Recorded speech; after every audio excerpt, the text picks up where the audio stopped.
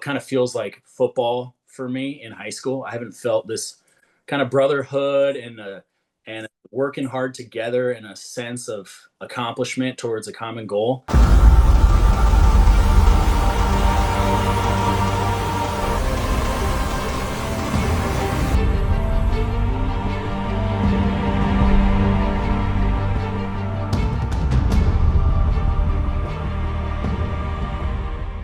Hey, F3 Omaha, welcome back to another edition of Q-Source TV, where we examine F3's Manual of Virtuous Leadership, or Q-Source. This week's prayer comes from the beginning, the book of Genesis, chapter 2, verses 8 and 15, before the fall, and also chapter 3, verse 17, after the fall. Now the Lord had planted a garden in the east in Eden. The Lord God took the man and put him in the Garden of Eden to work it and take care of it. And then after the fall. Cursed is the ground because of you. Through painful toil you will eat food from it all the days of your life. It will produce thorns and thistles for you. You will eat the plants of the field. By the sweat of your brow you will eat your food until you return to the ground, since from it you were taken. From dust you are, and to dust you will return. The reason that I chose two different sections of Genesis, pre-fall and post-fall, to have our prayer today is I just wanted to touch on the work aspect of the pre and post-fall. So pre-fall, work seemed very joyous. I'm not even sure how much work was involved. The Garden of Eden was full of all these trees that produced all of this luscious fruit that Adam and Eve could eat from, except for that one tree. And there was also a self-irrigation system from a river that fed into all those trees. So we're talking about endless food supply. Maybe Adam and Eve are going to have to pick up the leaves in the fall. I'm not sure, but sounded like pretty good work if you're looking for some easy work.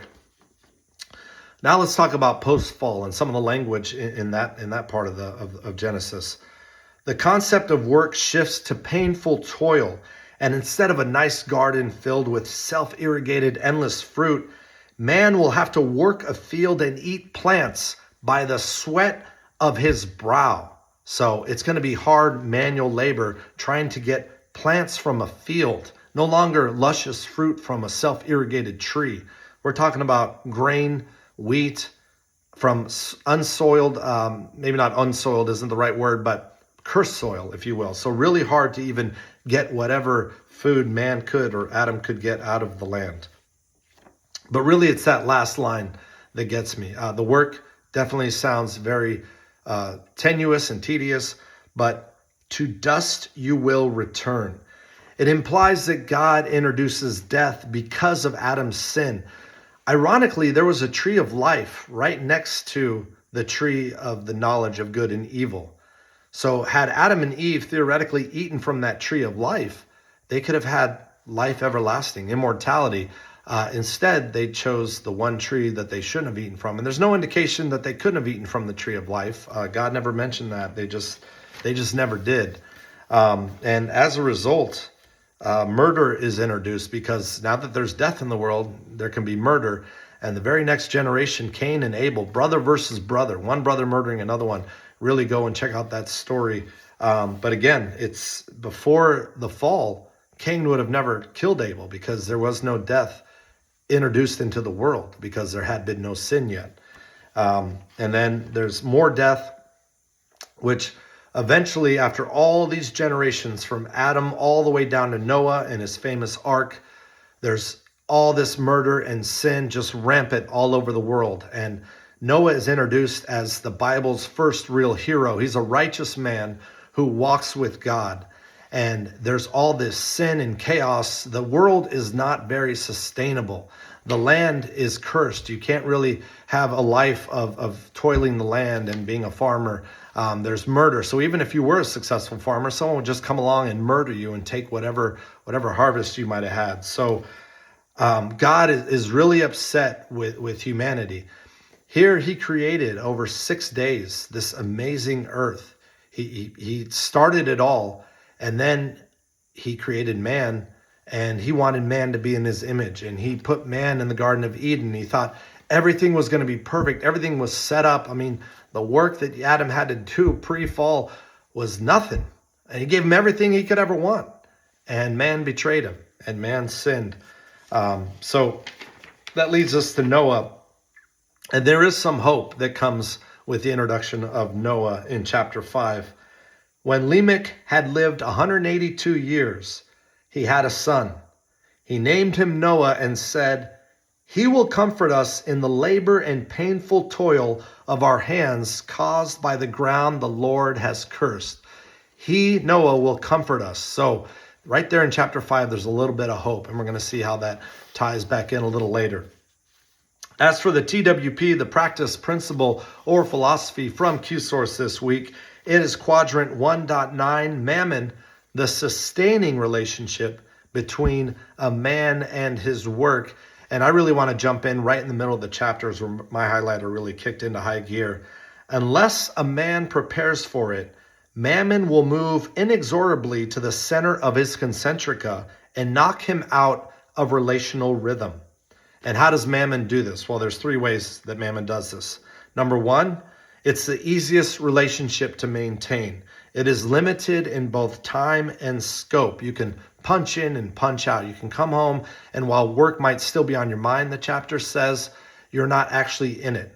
But being a husband and a father, that's 24/7, 365. There is no punching a clock when it comes to that. Even in the middle of the night while you're sleeping, if an intruder were to come into your house, you're punching in. You're punching that clock, and it's go time. So there's no rest. There's no schedule. There's no punching a clock when it comes to being a husband and a father. Number 2, the clear feedback of the workplace tempts a man to turn away from the chaos and uncertainty of his life as a husband and father in favor of the easy and direct affirmation provided by Mammon. Ain't that the truth? It feels good to get an attaboy, a pat on the back. You like going to a place, whether it's remote or you go into an office, where people recognize your hard work and appreciate everything that you do, and you get awards or bonuses or what have you. That really feels good. That's very tempting. And then finally, number 3, Mammon is really the only relationship that is terminable at will. And the book gets into divorcing your wife and leaving your children. And I've gone through a divorce, and I can tell you right now, switching a job in the same career or even starting a brand new career is a whole heck of a lot easier than divorcing a wife. I can tell you that from experience. And then as far as your children, the book talks about how even if you were to leave them and start another family, you're always going to have the same number of children in terms of the baseline. Your children can only grow. They're always going to be your children. You're still their father no matter what. You can never completely sever that relationship. So Mammon, the only relationship that is terminable at will. So because it is easy, affirming, and controllable, the temptation to elevate the importance of Mammon is compelling. That's a great line from the book. And then finally, a banger ending, as always. The him may love his work, but he does not live to work. Instead, he works to enrich the lives of those he loves and with whom he lives. So tying all of that back to Scripture and Noah, when God flooded the earth, he basically hit the reset button on humanity. It wasn't a good place to be on earth during Noah's time before the flood, and basically post-Adam, pre-Noah wasn't the greatest time to be living on earth. And so God hits the reset button, but he made a universal and everlasting covenant or promise with Noah and his sons and all the animals that were on that boat. He basically said that he will never again flood the earth and kill all humanity. So that's the headline of this covenant. But the covenant actually had 6 promises from God to humanity and living beings in it. So the first one is stability of seasons and cycles. So if you think about the times, there was a lot of agriculture, a lot of people that were working the land, harvesting the land. That was a way of life. So God promised consistent seasons and cycles so that you could rely on a consistent harvest. And even with all the different seasons that we have today, you were able to plant different types of crops, and you knew that they were going to be coming out of the land on a pretty consistent basis. So that was one thing, to have sustainability in their Mammon. Number two, no more total destruction of all flesh by the flood. So this just reinforces that headline that he would never again, wipe out the world through a great flood. Number three, and this is really an interesting one and an important one that I never really tied back to Mammon, but it makes a lot of sense. Capital punishment for murder, the sacredness of human life. So we are made in God's image. So if you were to take out another one of us, another human, you're basically taking out something that is made in God's image. So the punishment for murder is capital punishment. And why is that important? Well, if you have a farm and you're harvesting and you're going through the cycles and you're producing all of this wealth and sustainment for your family, and you're having basically a life for yourself, somebody would have just came along and killed you and just taken that from you. Well, now, hopefully, there's a control put on that. Man still has free will. That's why there's murder today. But at least there's a control around that. And hopefully that'll make life a little more sustainable and make the world a little less chaotic. Number four, renewed dominion mandate. So humans still have the authority over all creation to cultivate and rule it. So we're still at the top of that food chain. He didn't take us down a few notches because of the sin that came into the world. Number five, permission to eat meat. So rather than just live off the land, the plants of the field, now we can eat meat, and that expands the food supply, and it makes survival a lot more sustainable and a lot more likely in a cursed world. So that's really important. The world is still cursed. We still have Adam's curse, and we still have sin in the world. There's this other guy who's going to come along a second time and remove that curse for us permanently, but we still do live in a cursed world. So even though God's not going to hit the reset button, he didn't take that curse away. He remembers. He doesn't forget what happened. And then finally, and this one's my favorite, especially if you have small children, and you probably already know this, but if you don't, check out Genesis and read more about it. But the rainbow that we see in the sky is God's permanent reminder to humanity that he will never again hit that reset button. And it's not just to humanity, all living things that can see rainbows. That's a promise that he's not going to hit that reset button and wipe us all out. So anytime you see a rainbow, think of that covenant God made with Noah and the importance of how it made this world sustainable so that we could have Mammon and we can have that relationship with our work today. All right, let's get to this week's Q, none other than Valley's own Landman. He is the current site Q at Block Party. His name is Brent Weeks. He joined in December of 2024. How awesome is that? A couple months shy of his 1-year anniversary, he's already a site Q at Block Party. He is the Landman for Weeks Realty LLC. He's the owner, realtor, general contractor, and property manager of Weeks Realty LLC. He grew up in Omaha. He went to Burke High School, home of the Bulldogs, but also, maybe more importantly, home of F3 Omaha's Golden Spike AO. He met his M on the Bumble dating app, easy for me to say. His favorite hobby is anything involving sports or nerdy, depending on his mood. And I'm a big nerd, so we get into that during the interview. And he defines a leader as someone who consistently motivates others to their advantage. As for my personal relationship with Landman, I was there when it all began. Beacon Valley, December 2024. He gets in the circle at the end of the beatdown, and he's telling us how he went to Texas A&M University. So, of course, we're throwing out Longhorn and Bevo and all these references to their arch rival University of Texas. None of those names stuck. And then he tells us about his time in Houston working in the oil and gas industry. And that was right around the time when the show Landman was really popular. I don't know if it had just debuted or it was wrapping up its first season, but it was on the top of everybody's mind. Somebody said Landman, and it stuck. And I really am a big fan of Landman. I got to talk to him a lot there at Love's Truck Stop, which is where we go to have coffee at Beacon Valley after the beatdown.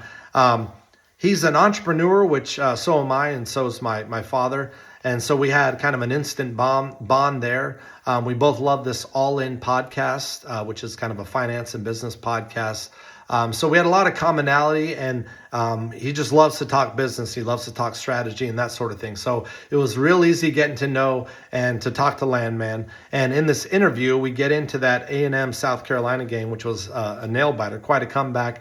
But we also talk about Weeks Realty and how he got that started, and then where he hopes to go with his future at F3. It's a great interview. Can't wait for you to hear it. All right, I'm now joined by my Valley good friend Landman. How's it going, buddy? How's it going, Milky? Rally to the Valley. I love your shirt. That's awesome. Gotta rock it. Gotta rock it. To begin with, let's talk about those Texas A&M Aggies. Where Ooh, did you watch the South Carolina game, and how much faith did you have at halftime that they're going to pull off the comeback? You know, I had hope still after the last touchdown that went from 23-3 to 30-3. I thought I had lost all my hope before that, and then I lost the extra hope that I didn't even know I still had after that touchdown.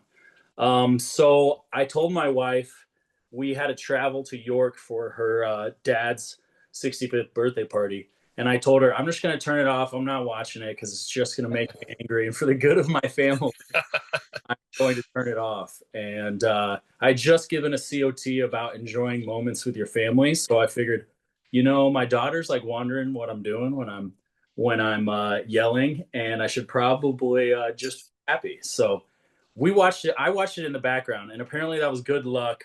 I was just listening to it from then on out. Nice. My sister and brother-in-law both went to A&M. Some of their kids went or currently go there. What drew you out of Omaha 20 plus years ago to become an Aggie? Yeah, it's been kind of cool hearing about your Houston experience, Milk Carton. Small world. Um, but so I went to Texas A&M for engineering. I was mechanical engineering, and it's a good spot for it. So I got in-state tuition because my mom and stepdad had just moved down to Houston. So I decided to, branch out a little bit and see what there was to offer outside of Nebraska. It's fitting that the Paramount Plus series Landman, starring Billy Bob Thornton, is starting its second season the same week that you're appearing on Q Source TV. And this week on Q Source, we're talking about men's relationship with their work. Tell the audience about how Weeks Realty LLC came about. Ah, well, yeah, there's a lot of things to unpack there, but yeah, did Landman TV reach out to you to have you interview me to help promote their show? Pretty much, yeah. This is really going to drive audience numbers. Yeah, you're a pretty big get. So yeah, so what was the question about Reeks Realty again? Just how it came about, how it started. Yeah, so I was doing engineering in oil and gas for a little while. That's how I got the name Landman. And I started buying real estate on the side. And then I started buying a little bit more. And I kind of realized this is way easier than engineering. I'm not a great engineer to begin with. I kind of moved into technical sales by that point. And I decided to just pursue the real estate until I had a decent amount of rentals and a decent amount of flips going on at the same time to where I could actually just do that full time and make a career out of it. Awesome. Yeah. According to Grok, the show Landman is set against the gritty backdrop of booming West Texas oil towns and is the modern tale of fortune seeking, ambition, and moral compromise in the cutthroat world of oil rigs and land deals. Given that the show is your namesake, where do you see Weeks Realty 5 years from now? I would like to say that I'm not that cutthroat in Weeks Realty. I like to do things the right way so it doesn't come back on me, and hopefully just because I doing the right thing is the right thing to do. I would like to see Weeks Realty grow like some of these oil companies can really grow. A lot of these oil companies can bust very quickly too, Hmm.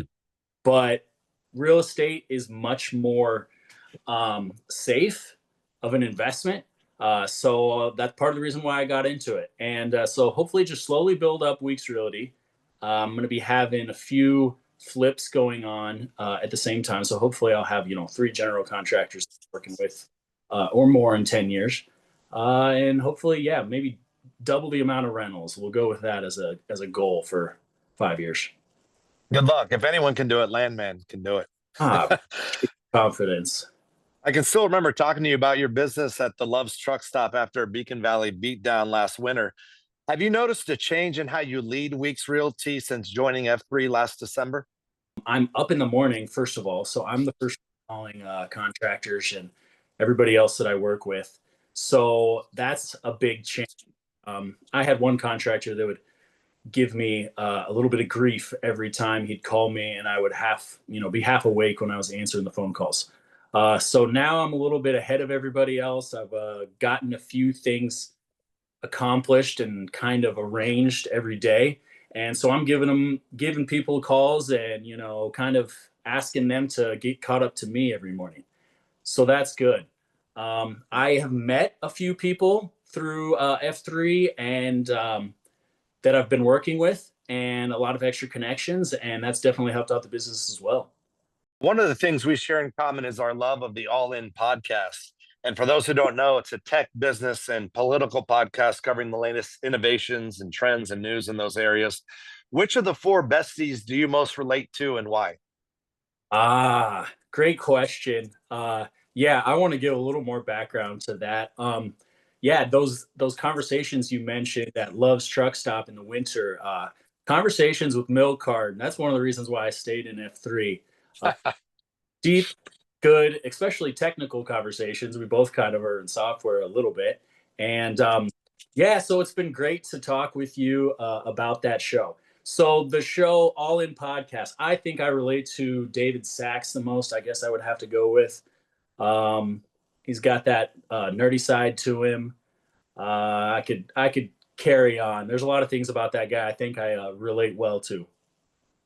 Have you ordered their tequila yet? Do you have a bottle of that back home? Did you order it?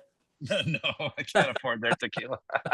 You're the first person I thought of when they came out with a $2,000 bottle of tequila, and I felt like it was ridiculous. But if you got it, I felt like I was going to have to get it to keep You it. know, if I was the first person you thought of, I can't wait for Christmas and unwrapping that Landman gift. That's going to be nice. Um, you joined F3 last December and were handed the shovel flags at Block Party before your first trip around the F3 Omaha Sun. How did you know you were ready for that responsibility? I didn't know definitively, but I felt like I was. I felt like I was ready to give back.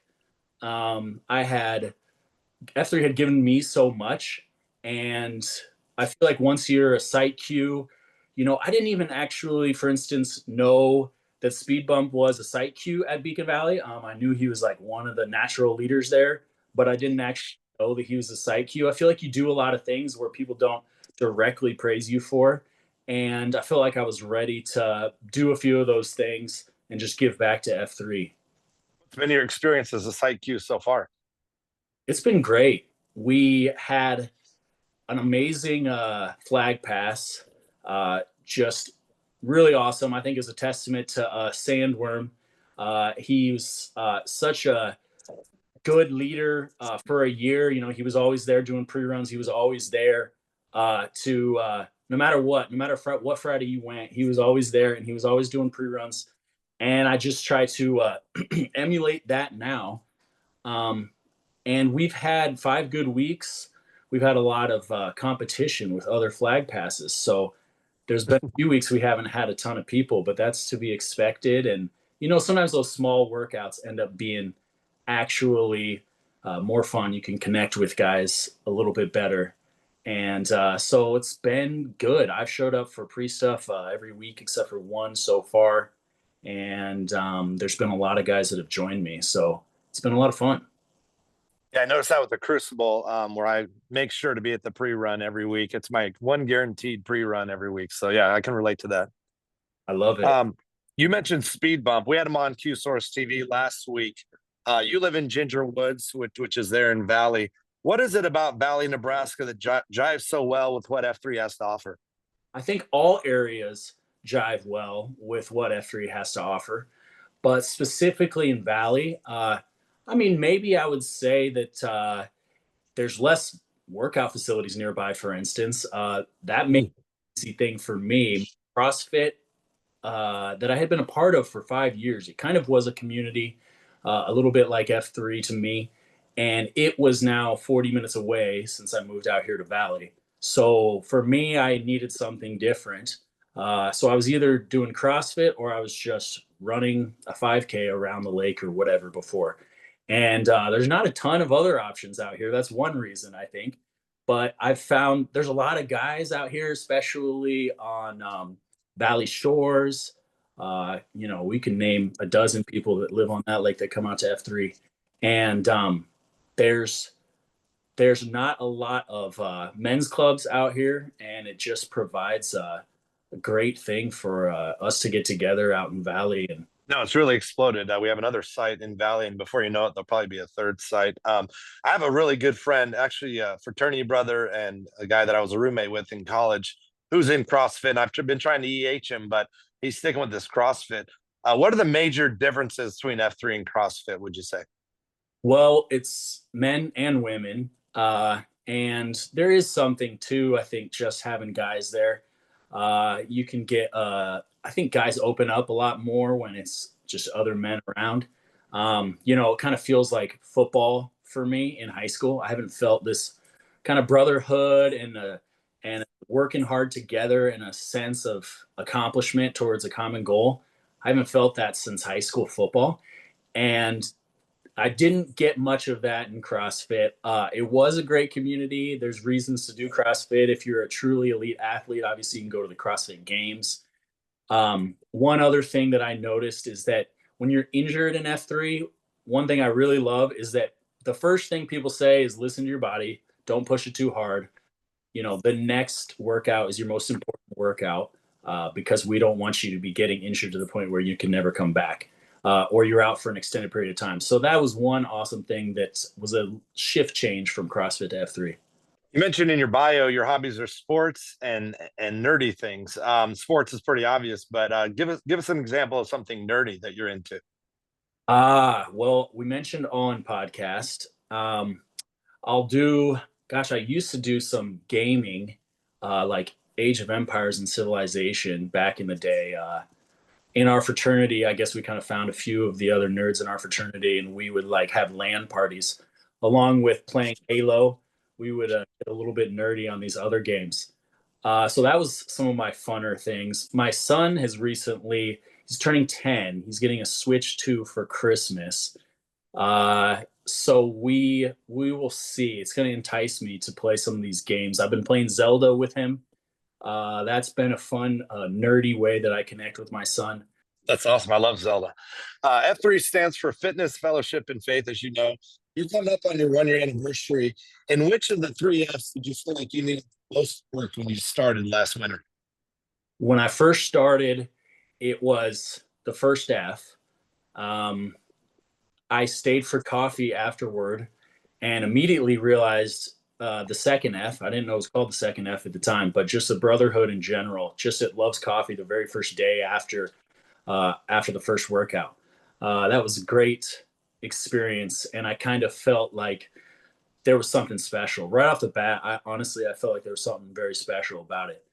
I stuck with it, and soon after, learned just talking to people. People were a little deeper than just, hey, how's your week? Did you see how crazy the weather has been over the last week? People are a little deeper than that, and I started to sense a little bit more. And the third F, once I learned about Q Source, I went to Paradise Island and did my first Q Source. Actually, I think you might have invited me out to that milk or maybe Speed Bump. And that Q Source, then I really was hooked. After that first Q Source, like, man, this is the place for me. This is awesome. I hope they like me here because I'm like hooked on this group of people. I've yet to meet that brother that people didn't like, so so you're in good company. Yeah, Do you have any specific goals for any of the three Fs in your year two of F3? trying to first and foremost be a good site queue. I guess in a way that's putting other things on the back burner. That doesn't sound very good to say, but I think I'm just prioritizing.